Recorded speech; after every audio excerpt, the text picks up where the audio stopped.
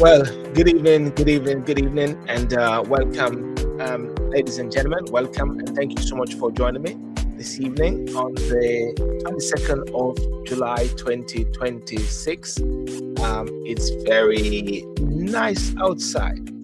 I would say it's very nice outside. I can see the wind blowing as well. A lovely evening here in the UK. We do have some nice sunshine in the day, and in the evening some coolness. As a matter of fact, the coolness will sort of remind you of, and I always say this, remind you of Ocherius. As I always say, straight out of Ocherius as well. But one of the discussions that I want to talk about tonight is very simple and very straightforward, and primarily relating to the UK. It's about how and the Burnham cabinet fares, and how is it faring at this present time. As you know, that there's a new government in the UK, which is Andy Burnham, and he has started with his cabinet as well. And the sorry, let me just stop something here. Yeah, and the cabinet is in motion. There have been some ups and downs, false start, but at the same time, as we all know, with anything, with any new government, there's always be false start, and there'll always be up and down. There will be some that will not want it to work, and there'll be some that will want it to work at the same time. I did a video earlier today, and the video was speaking about how, or some people say, how ungovernable is the United Kingdom. Is the United Kingdom ungovernable for having seven prime ministers from 2016? And I list them: Theresa May, no, David Cameron, Theresa May, yep, Boris Johnson, Liz Truss, Rishi Sunak, Keir Starmer, and now Andy Burnham. 7 of them as well. Okay, and I like to also invite persons, if you want to contribute and if you want to say something. I've got the means for you to come in on the live, especially on the YouTube link as well, and you can be a part of the conversation as well. We were saying at the same time that in comparison to other countries, it's like the UK is like a banana republic. As sometimes they'll say like some of the colonial or former colonies are, what should I say, banana republic. But is the UK banana republic? Hi, good afternoon, Tanya. Welcome. And please feel free, and I would appreciate if you like and subscribe and to share. You can just click on the like button. If you're on TikTok, follow and share. And if you're on YouTube, follow and share. And I'm going to have maybe a couple of persons to come in tonight, maybe some faceless or some maybe without face, with face as well. And just to really touch on this particular topic tonight of the government.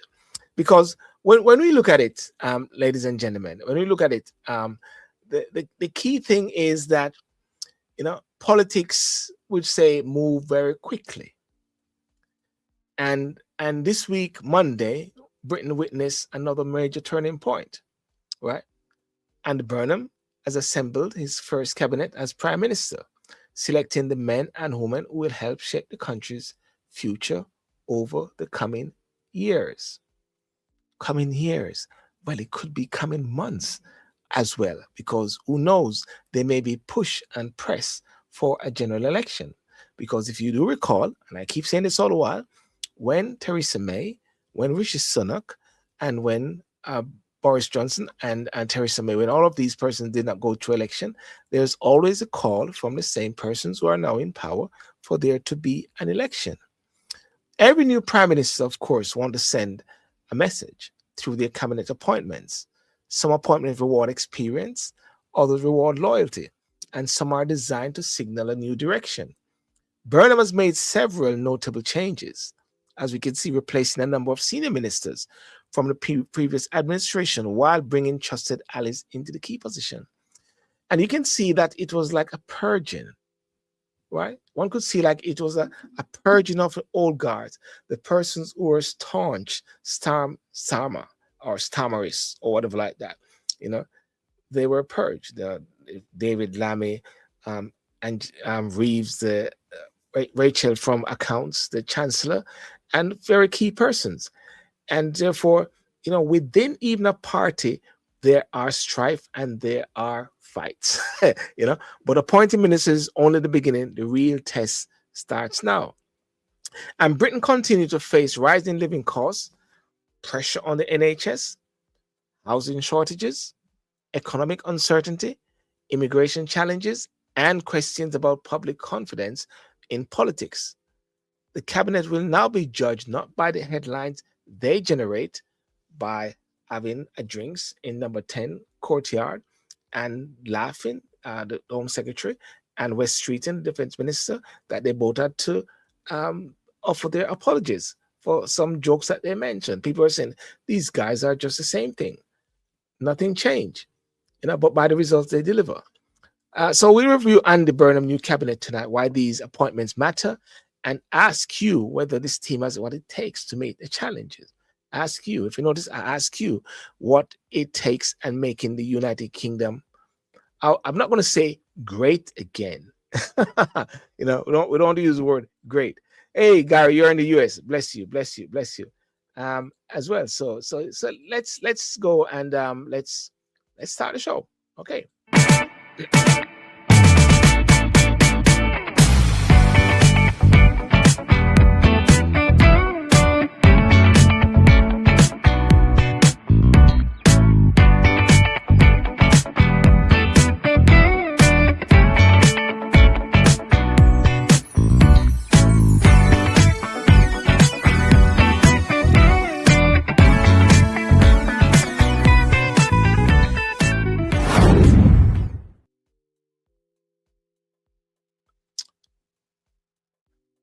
Well, I just saw something a while ago. I just saw something a while ago that seemed like it's a breaking news or so. It talks about a former migration minister, a Mike Tapp MP, has just left the government. Yeah.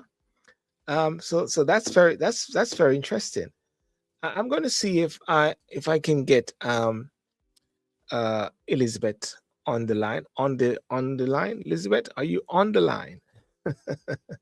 I don't think she's on the line yet. Oh yeah, she's on the line. You're on the line. How are you? I'm fine, thank you. Good evening. Fantastic, fantastic, fantastic. Thank you for joining. That sounds like your little boy breathing and wanting to be a part of the conversation. Yeah, should be good. Yes, yes, I can hear the breathing. Um, just as a quick thoughts from yourself, what's your thoughts on the new government? Hmm.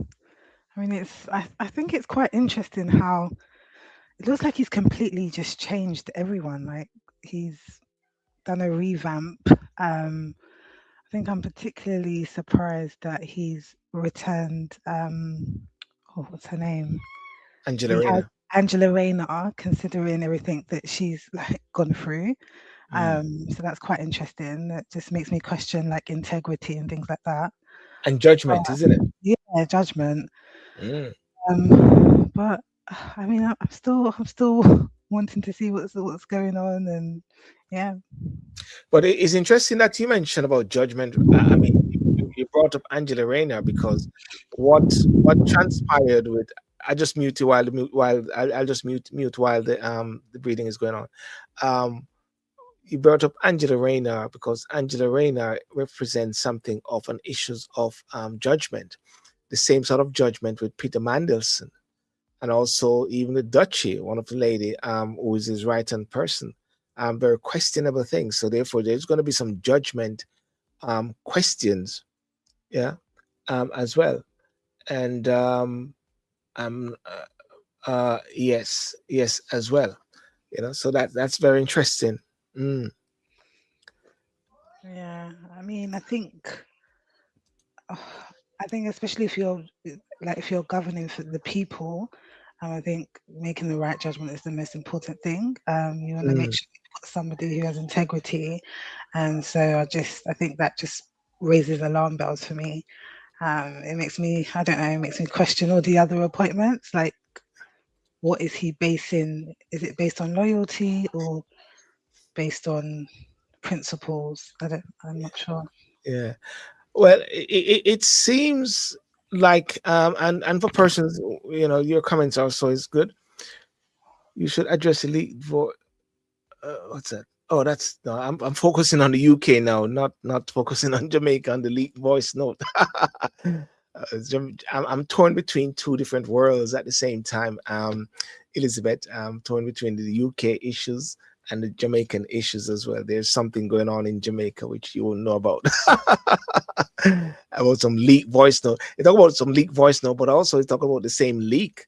Um, overhearing some of the comments which was made by some of the members of the present party, Labour Party here, in regards to some comments made, which the Home Secretary had to apologize. Well, she didn't really apologize, and also West Streeton had to apologize as it right now. So in regards to the cabinet, what we're seeing is Andy Burnham, and what he says, promising a renewed focus on the cost of living, devolution, housing, and public service. That's one of his key mantra. And of course, what he said is that he's going to cap, because if I show something here, let me see if I can show it. There's I've got a screen here which shows the cabinet. Okay, there's the cabinet there, right there. And you can see at the top of the pecking order, you see Andy Burnham, who is the Prime Minister, John Healey. Um, Many people are saying it was a surprise that John Healey became the Chancellor. It said it was going to be between Shabana Mahmood and also Ed Miliband, if you recall that. Yeah, yeah. Are you there? You're muted. Um, Yes, I'm here. Sorry. yeah, Uh, yeah. Are you okay? You sure you're okay? Yeah. yeah, yeah, I'm fine. You sure you're okay? Yeah, yeah, yeah. The bit there, you see John Healey and the Chancellor, Mm, and what's her name there, Miss should be. Louise Hay, Yeah. Chancellor of the Duchy of Lancaster. Mm, These are persons who are clear right hand persons of Andy Burnham, because Healy was the person who resigned as Defense Secretary, which yeah. sort of triggered a lot of things here as well. A surprise appointment with previous Treasury experience tasked with steering the economy, and he has been involved with the Labour, with Tony Blair and with Gordon Brown and Louise Hay. She's a coordination and a new office of the Prime Minister and Cabinet. Some are deeming her as Deputy Prime Minister, but there's not like a role or a key person which is called Deputy Prime Minister. You know, Mm. any thoughts on that? Yeah, So he's brought back a lot of experienced people. Um, yeah. Ed Miliband returned to a senior role to oversee foreign affairs and international diplomacy. mm, If people can recall, there was Ed Miliband used to be the leader of the Labour Party, and when he had that election, I forget who it was again. I guess it was with David Cameron. He had this this table of commandments, like a Moses, like Moses coming down the hill, and he lost. But there was this issue that his brother was what they really wanted. yeah. It's like the Labour Party is actually pining for David Miliband, but David Miliband went to work with the Cross after the fact that the two brother rivalry. So what they're saying, he returned to a senior role to oversee foreign affairs and international diplomacy. Mm, Um, and then Shabana Mahmood, he is the Home Secretary, continues in charge of policing, immigration, and national diplomacy, national security as well. Yeah. mm. Any thoughts on those? Yeah. Hmm.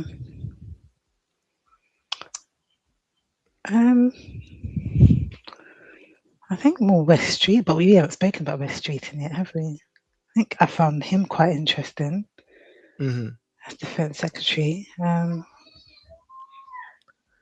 Yeah, because yes, 'cause West Streeting is, they are saying that he doesn't have much of uh, an experience in the area of defense, Yeah. but at the same time, he also never had an experience in the health as well.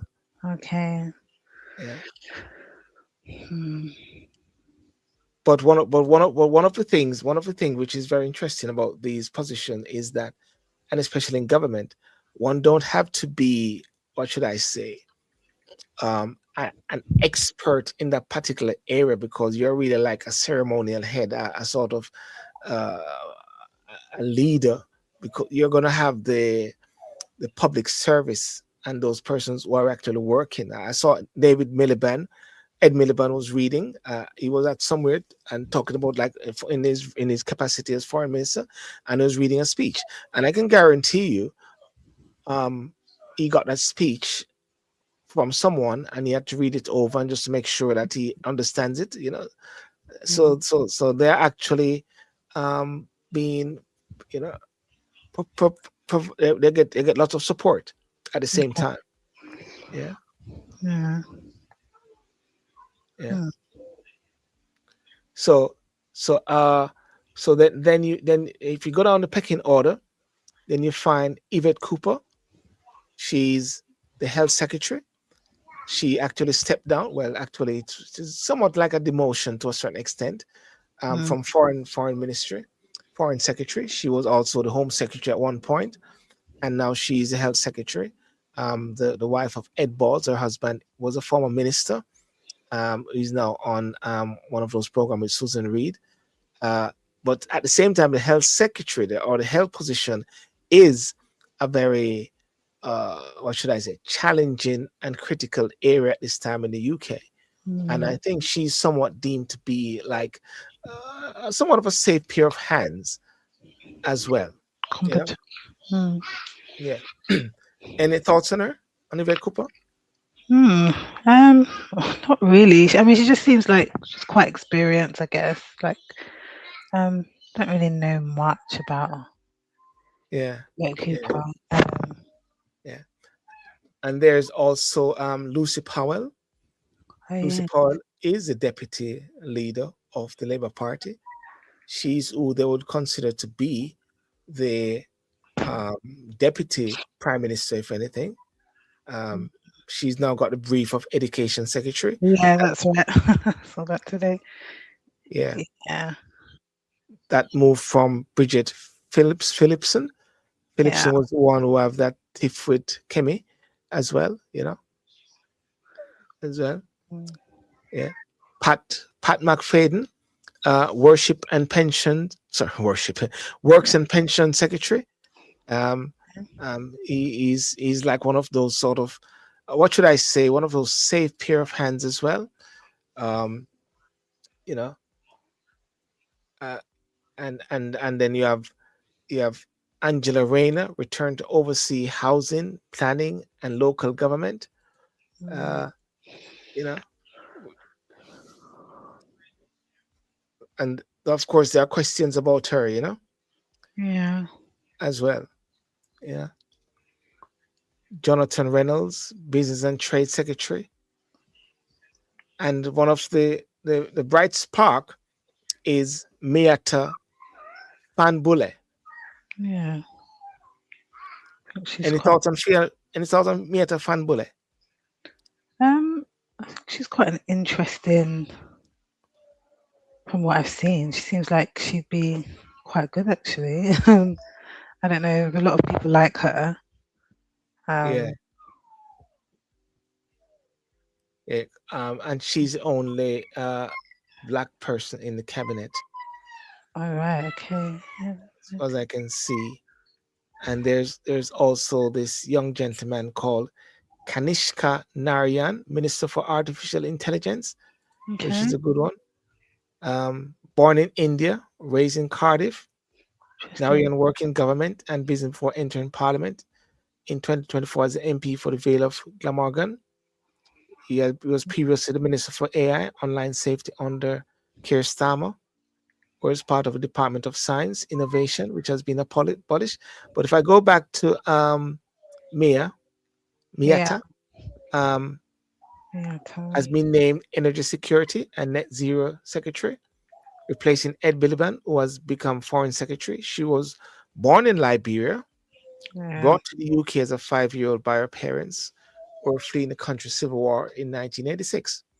Wow. They were granted asylum in the late 1980s. You know, so it shows at the same time that the the Labour Party, I believe, could do better by promoting more of their black MPs, because there are more black MPs in Labour Party. Lots of women, Dawn Butler and Yeah. other persons, um, as well. You got the likes of, and the funny, Miata has a space between her teeth, and Kemi also has a space between their teeth. I, I don't know why I said African roots. African roots. that. I said African, definitely African roots. Yeah, the African roots as well, you know. And she's a fiery lady. She's a fiery lady, just like Okemi is fiery as well. Yeah. You got Heidi Alexander. I know her very well. She's a transport secretary. Okay. She retained her brief. Lisa Nandy returned her brief as the cultural secretary. And Chris Bryant, I think he Oh, was a former Secretary of State for Northern Ireland. Maybe he's the same person again, if anything. Biden, how are you? Yeah. Um, Douglas Alexander, Secretary of State for Scotland. So yeah, so that's the cabinet there, which is unfolding before us there in the UK here, and it's very interesting days as we see how it unfolds, mm, and I wonder what the British people think, because according to the government expected, what they're saying, that the government is expected to focus on tackling the cost of living, yeah, exactly. Mm, yeah, including removing VAT from domestic electricity bills from October. And that is what Andy Burnham says, that while he's going to stay within the manifesto of the 2024 election, what he's going to try to do is have some wiggle room of removing VAT that affect local persons or smaller business, and maybe increase it or really go for it hard on those other big companies, yeah. um, I've seen where he has actually, um, the lady that stands in front of the buses, that. Yeah, I've seen that. Yeah, it's Yeah, 11. yeah, what did he say? I don't know if you saw that. Did you see him meeting up Yeah, with her? yeah. I think he's lowered the is it the bus rate to £2. He's capped it to like £2 now. Yes, Uh, yes, he, yeah. yeah, yeah, he's capping it to, yes, he's capping that to £2 as well, so that's very Mm, interesting, so yeah. But I'm gonna let you go, Elizabeth. You have childcare issues there, yeah, yeah. and the Thank you. breathing. So I'm gonna let you go. All right. All So right. Thank you thank for you for having me. joining. No Thanks. problem. Thank you. Cheers. Bye. Yeah. Yes, ladies and gentlemen. So yeah. So it's an interesting development which is happening in the UK right now, and I just sort of set out some of the cabinet members which is out there, and some of the things which what Andy Burnham want to do as well is to, tackling the cost of living, removal of VAT from domestic electricity, delivering more affordable public transport, and progressing social care reforms, expanding house and addressing rough sleeping, drawing on Burnham experience in Greater Manchester. Yeah. So it's like they're talking about a move to the north, a move from the north, just keeping all the focus on London. But with all these maneuvers which are happening, and I know I keep saying this, and some people don't like when I keep saying this at the same time, but it's like setting the stage for an election.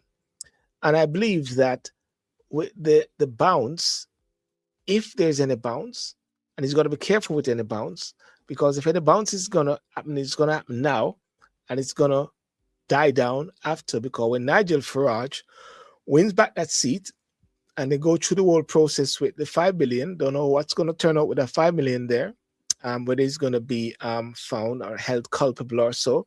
Then he's gonna get back on the ride, and you're gonna see that reform will be on the rise. Because what you're gonna be seeing, and what I think is gonna be seen, is that the Labour Party will still be the same and just going around in circles. I don't know if anybody think like that, that they're still the same and going on in circles.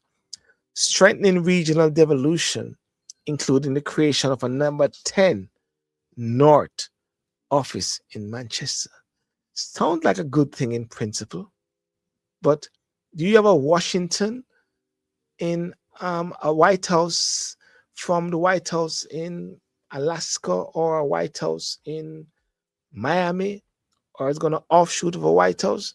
Do you have a Jamaica house where the Prime Minister office is?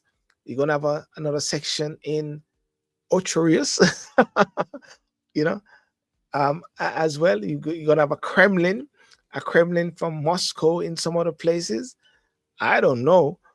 I think in a way, and I keep saying this all the while, whenever these guys come into power, they come with these ideologies, and really and truly they start to ruffle the bed, and then who gets burned all the while is the people just get burnt out and frustrated and say, just chill, just calm down, just focus on managing the economy.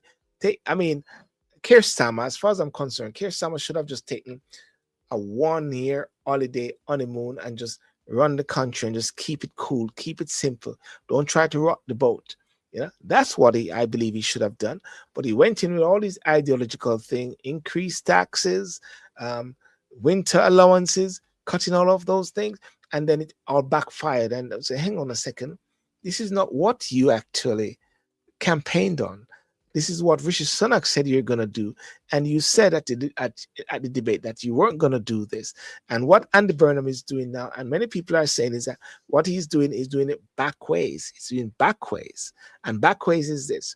You actually go into power, and then you start to tell about what you're going to do. When really and truly, it should have been telling what you're going to do, having debates, having discussions, and producing your policies or what you want to navigate, what you want to change, and then people vote for you. Or in this particular case, your MPs vote for you. And I think they should have put up someone to actually run against Andy Burnham properly and have a little contest. And having that contest, people could actually see what Andy Burnham is about, by virtue of having this level of contest. But because there have been no contest, you're going to have a situation now whereby Andy Burnham is going to be in power, in office, for up to 6 weeks before any major scrutiny can be done by Kemi, by the oppositions at the dispatch box. And that is not healthy. That's not healthy. And therefore, all these different changes and all these different, and it seemed to be a bit savvy on social media and do all those sort of things. But really and truly, I believe that what the British people want now is just to settle down, stabilize things, and just don't upset the whole status of things.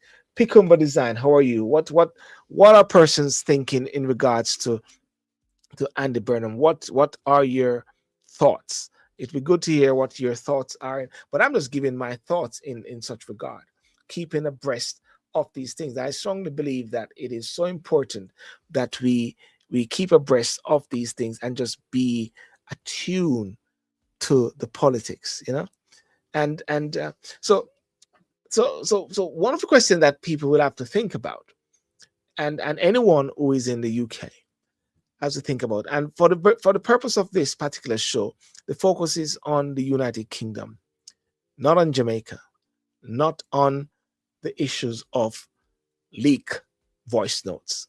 That's not the issue here now. Has Andy Burnham selected the strongest cabinet available, or has your loyalty outweighed experience? As loyalty, you know, when you think about judgment, there's going to be a judgment call when it comes on to Angela Rayner at some point. Um, and the recent minister of immigration that just resigned, judgment call. You know, what we are seeing is a situation whereby the likes of David Lammy, the likes of Rachel Reeves, the likes of different persons from the the Starmer cabinet, and Starmer has to be given the props and given the kudos for leading the Labour Party into victory. But it seems like Andy Burnham, who was a mayor at that time, who wasn't an MP at that time of that election, has come in and changing up the whole game. And instead of trying to keep a level of continuity, keeping some sort of peace in the camp, because you're going to need that peace in the camp, because trust me, and I tell you this, there shall be the massive call for an election. Yep. It's going to be the massive call for an election, and it could be after the party conferences, end of this year, or it could be early 2027. There shall be a call for it. Many people don't want it because what they fear the rise of Nigel Farage. They fear the rise of reform. And you can't dismiss reform and just say they are the enemies or so. They are British people. They are part of the infrastructure. They are part of the country. And so when they say they don't want an election because they fear reform, no, you go into the election and you sell what you're selling. You go into the election and you produce your manifesto, craft your manifesto, you know, communicate your manifesto, and then the best manifesto or the best communicator win. That's how it should be. Not wanting to not have election because you're scared of one person. You're scared that they're going to shut down the borders. You're scared that they're going to be doing things and blah blah blah. No, and if they got a majority, because I always say on what this is what I always say, and anybody listen to me, I always say they always talk about this silent majority, this massive silent majority that always comes and stand up. They never speak. They never talk to the polls person. They only go out to vote at an election. Rain or fall, breeze or blow, chicken bat here to do, they run, they vote, and they vote, and they vote. And those are the persons that are behind Nigel Farage. Another one, 6 to 7 prime ministers. Another one, 6 to 7 prime ministers on 10 years, not 6 to 7. It is 7 prime ministers. I just listed them out a while ago, and I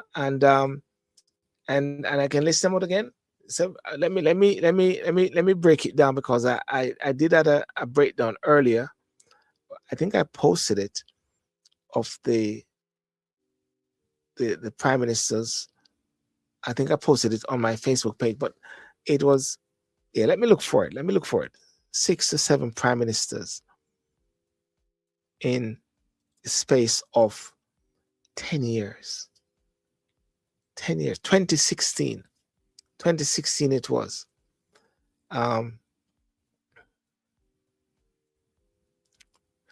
This is it again. A government should enter office ready to answer questions and explain its choices. Instead, Burnham has become the prime minister first and is going to reveal his policies after. Right? So since the Brexit referendum, the UK has had 7 prime ministers, counting the current prime minister, Andy Burnham. Yep. David Cameron, right? 11th of May 2010 to 13th of July 2016. That's where it started. Theresa May, 13th of July 2016 to 24th of July 2019. Just, negotiated the Brexit withdrawal agreement, faced repeat parliamentary defeats, resign and failing to secure support for a Brexit deal. Boris Johnson, 24th of July 2019 to 6th of September 2022. Key events: won the 29 general election with an 80-seat majority, delivered Brexit, led the UK during the COVID-19 pandemic. You remember COVID. Resigned following a series of ministerial resignations and political controversies, like the the drink gate, party gate, yeah. Then Liz Truss, 6th of September 22 to October 2022, just over a month. They said a lettuce actually lives longer than a time. Served for 49 days, making her the shortest serving UK Prime Minister. Her government's mini budget triggered financial market turmoil, resigned after losing political support. Rishi Sunak, 25th of October 2022 to 5th of July 2024.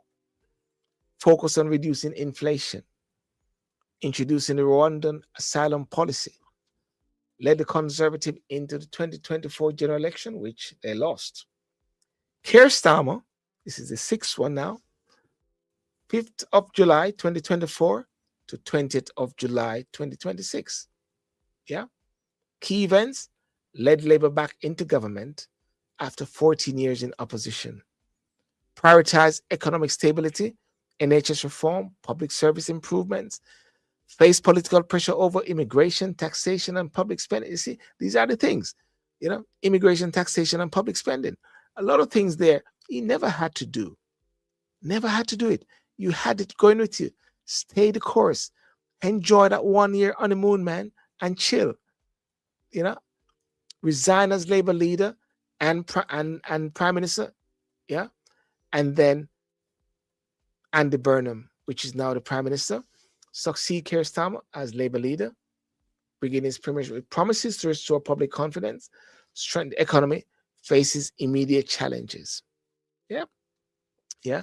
So that's how the cookie is crumbling when it comes on to the UK, and people are saying, what's going on with the UK? Is the UK ungovernable? That's the word. That's the question. AI summary, according to TikTok, says analyzing the new UK cabinet and the political landscape. Yep, that's it. That's what I'm doing there. Thank you so much, AI. You did it very well on TikTok. The cabinet appointment, which is most significant, and why it seems like one of the most significant cabinet, and I believe is, I don't know. I think it is. I think not just because she's black, but I think it is very significant. This lady here. I think. Let me show you her. Her name is Maita Fanbula, Member of Parliament.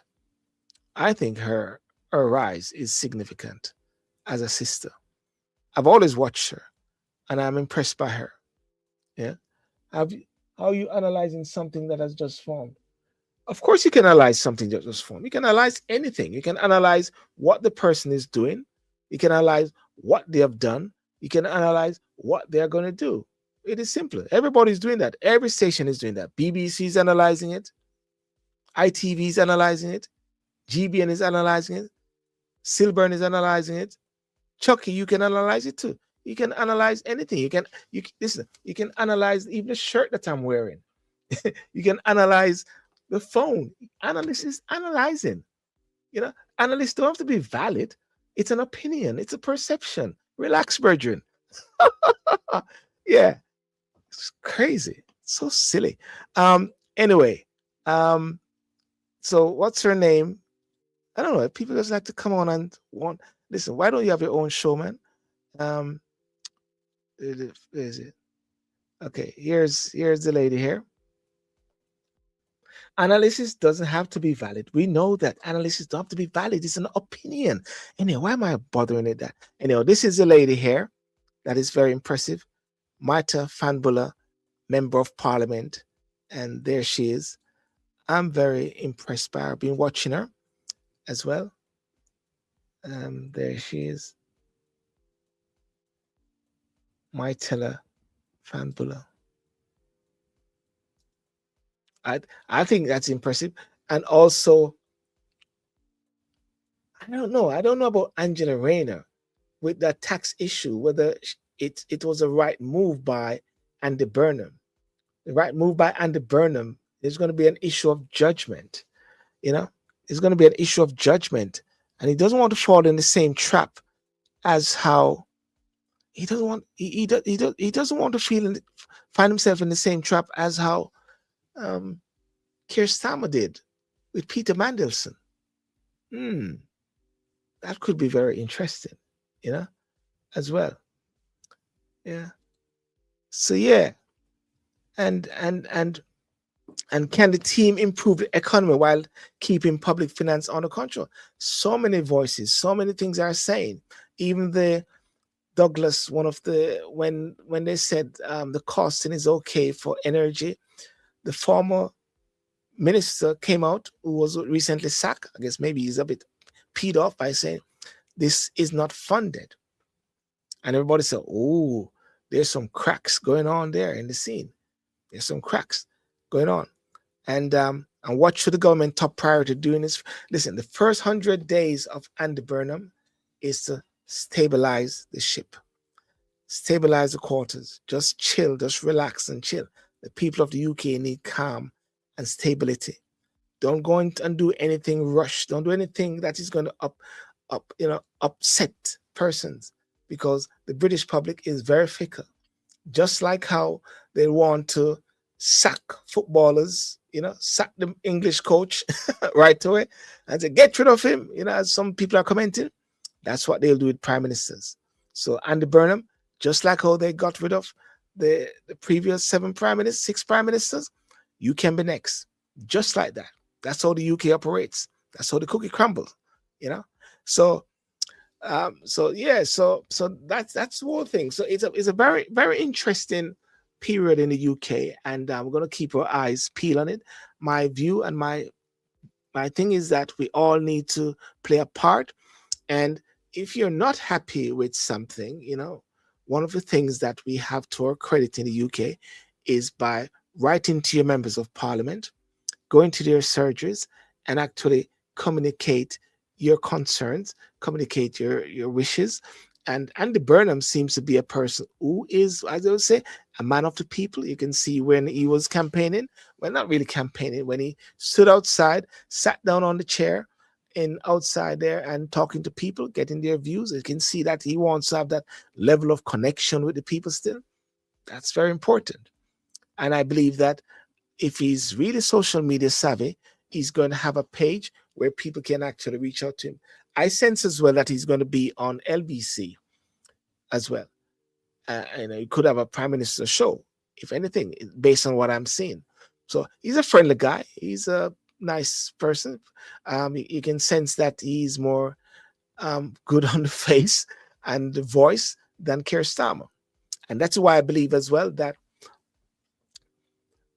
just like our President Trump have the press secretary, the one who speaks for him, that's what the UK need. Because I'm just trying to think, is there, is he really different from the previous leader? Well, we don't know. We don't know. We have to watch to see, Sharon, if he's different from the previous leader. Signs are looking like they're almost the same. Well, they're Labour at the same time. They're going to have the same cut. Um, you can see how they were laughing at number 10 in the garden. I don't think I have the video there when they were dancing, when they were laughing, and people were saying they were laughing at saying they're releasing persons early. I mean, this police officer. I mean, this is not good, man. This police officer, PC Harper. Um, this policeman was killed some time ago. She criticizes the early prisoner release plan as Burnham to review scheme, right? And tens of thousands of inmates have been let out of prison to create more space in jail since 2024. You know, so Mother Police Officer Andrew Harper said the potential early release of two of her sons' killers felt like an insult. Jesse Cole and Albert Boys were sentenced to 13 years in custody for manslaughter, could be released early under the Sentencing Act. They killed, they unalive someone, a police officer. Man, I thought normally when it's murder, that's life. 13 years. 13 years. And could be released early. Listen to this. PC Harper was unalived after he was dragged to his death behind their getaway car. The car's driver was jailed for 16 years for manslaughter but would not be eligible for early release. And let me qualify that and just correct myself. It wasn't murder, it was for manslaughter.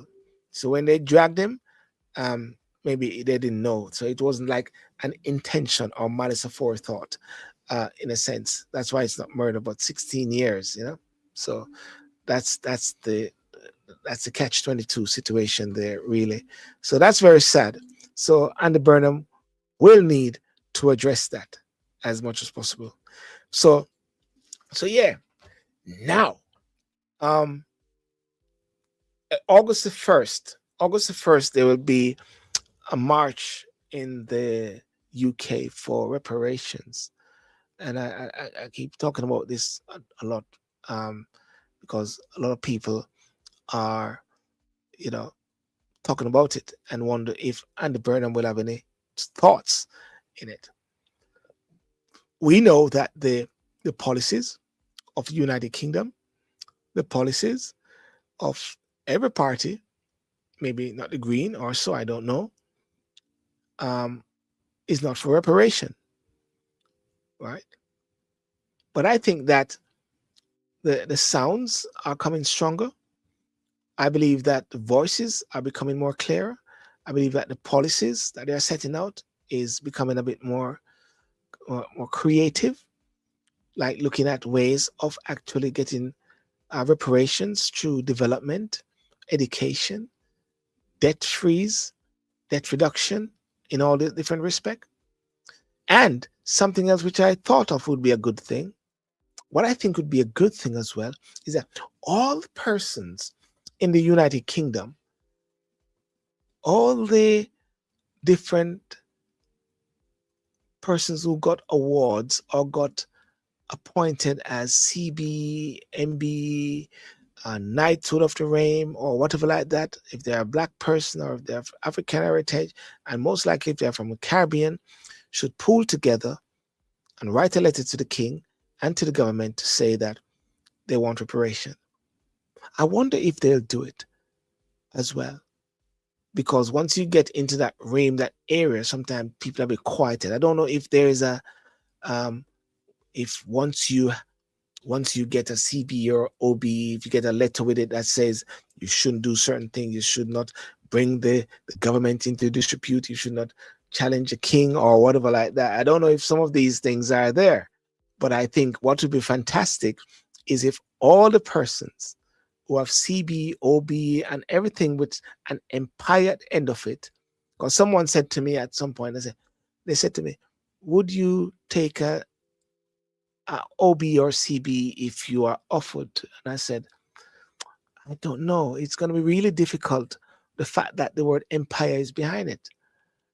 And I think I more want to lean towards Benjamin Zephaniah, towards that angle there, towards that thinking. May rest in peace. And then the person said, well, if it helps the community. Well, I said, okay, if it helps the community and can open doors. So I wonder if the way it's like the enemy within.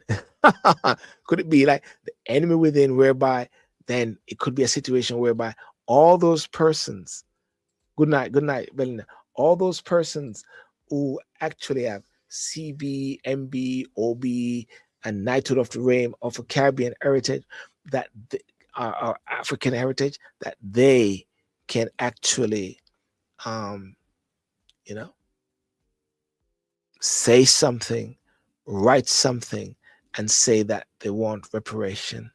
I don't know. Anything can happen. But anyway, April the 1st, Reparation March in London as well. So that is something very interesting.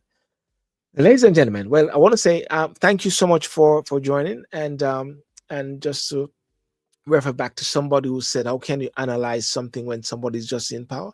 And I said, you can analyze anything. You can analyze this bottle of water. You can analyze TikTok. You can analyze this mic. You can, anything can be analytically analyzed or whatever like that. And that doesn't mean to say it's factual. That doesn't mean to say it's true. That doesn't mean to say it is simply an opinion, because that's how all these radio stations now operate. All these radio stations, all these bloggers and everything is analyzing. It is like, I saw something about in Jamaica recently, whereby the prime minister went to um, the World Cup, and lots of people are up in arms talking about that he used taxpayers' money or whatever like that. And somebody said he hasn't used taxpayers' money. Now, unless the prime minister say to you directly or so like that, then you got the facts. But if not, all you're gonna do is analyze and make speculations. All you're gonna do is analyze and take then do speculations. And I think that sometimes that's just not necessary. That just waste of space, waste of time, man. You know what I mean? Just waste of space. Sharon, what do you say about this? Let me say, no, I would not take the OBCDB because of the empire. Can I ask you a question about Jamaica? I understand Jamaica is taking 50K people from the USA that are not Jamaican. Is it true? Wow, you heard that it's 50K? Wow. No, it's 10. Well, Sharon, it is 10,000. They said 10,000. They said, but upon the discussions and further, the minister and of his responsibility, the prime minister and the person who they say initiated or have this discussion, said it that 10K didn't come there. It was conflated. Yeah. So it is what the plan is, or what they say it is, this TCN, which is third country nationals. It is every 2 weeks there's going to be 25 persons deported from the USA to Jamaica. 25. And then after that 25 goes, then the next 25 comes. Now, if they say that 25 don't go and it is like 10 left, that leave 15, then the next batch is going to be 10, right? Mean to say that it will always be 25. I don't know. Many people are asking about this memorandum of understanding, which was signed. I don't know. It's here. It's I haven't heard anything. It's like a 9-day wonder. They say that it's a 9-day wonder in Jamaica. Something starts off for a while and then it just dead, because people are now talking about a leak note, some leak information, which is in Jamaica, whereby some PNP person, I think I heard it this morning. They said a PNP, a couple of persons wanting to destabilize the government or destabilize the gentleman, Mr. Anderson. They say, I think that is wrong. But honestly speaking, honestly speaking, enough people say many things in quiet. But if you actually get it taped, then you'll wonder and say, wow, in my back garden, if I'm talking to my neighbor or so like that, we may say things that it shouldn't be heard publicly. But if there's a microphone and it is said that Sylbourne said this, oh, it will be a big thing. Oh my days, what did Sylbourne say? I'm trying to say. So a lot of things that people say, in quiet, if it is put on social media, that's why I always say that whatever you say in private on your phone or so like that, because phones, WhatsApp, and all these sort of things can be made public. I work in the legal field. I work on cases before whereby they're trying to see if a mother is in communication with a person or something like that because of some childcare issues without saying anything about the case. And there's a company that we use. There's a company that you can actually get a court order. You get a court order and you go to that company, and that company will find information, find texts from yonks, and produce these texts to say this is actually what was said. And of course, when we get all these batch of information or so like that, then we have to redact a lot of information before it is passed on to the parties. You got to redact, because if they're talking about something else and some other issues with another third party naming it, you redact that out, you take that out, and you keep on what is relevant. So everything which is said on social media, everything which is said on WhatsApp, it can be disclosed eventually. There are means of getting that with a court order. And I'm speaking from the UK perspective.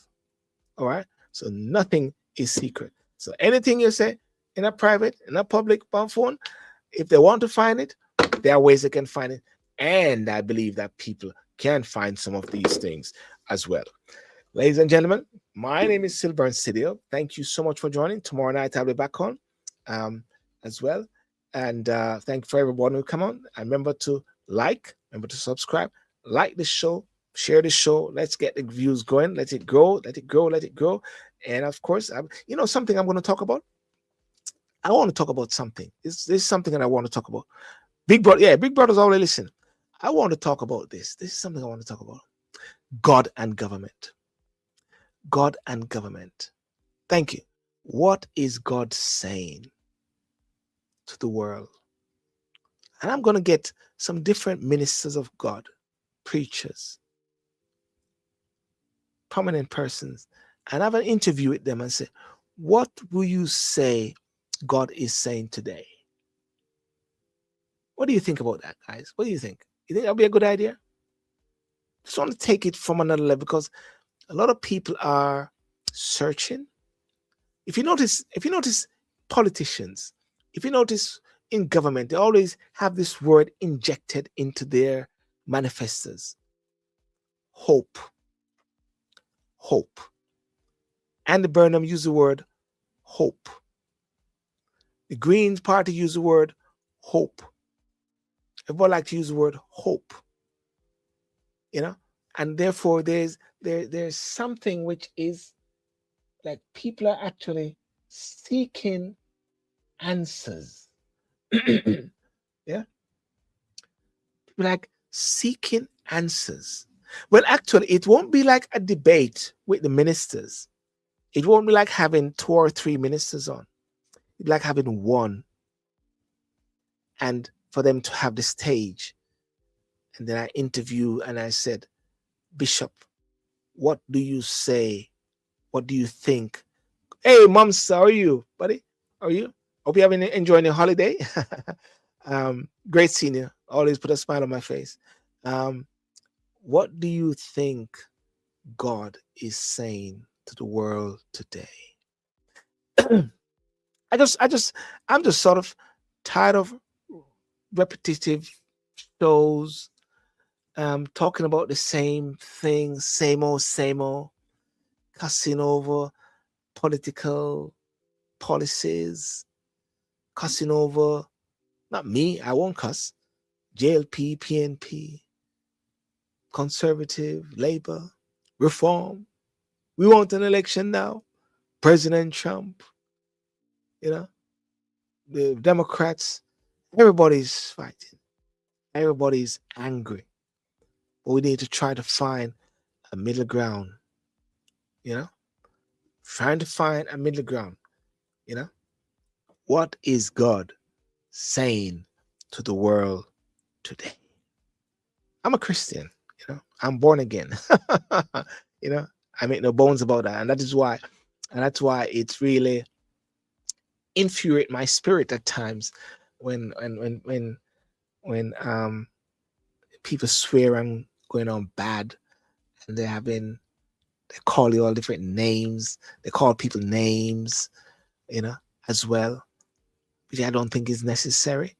But you don't have to stoop. You don't have to stoop to that level. You just keep the high road. So yeah, let me know. Let me know. What do you think? Lady Connie, good evening. Well, I want to say, have a fantastic evening. Have a great evening on this beautiful July evening as well. May God bless you. May God keep you, and may His face shine upon you and give you peace. Okay. Remember to like and subscribe. Those on Instagram, those on Facebook, those on YouTube, and those all around. Okay. Thank you very much. Bye bye.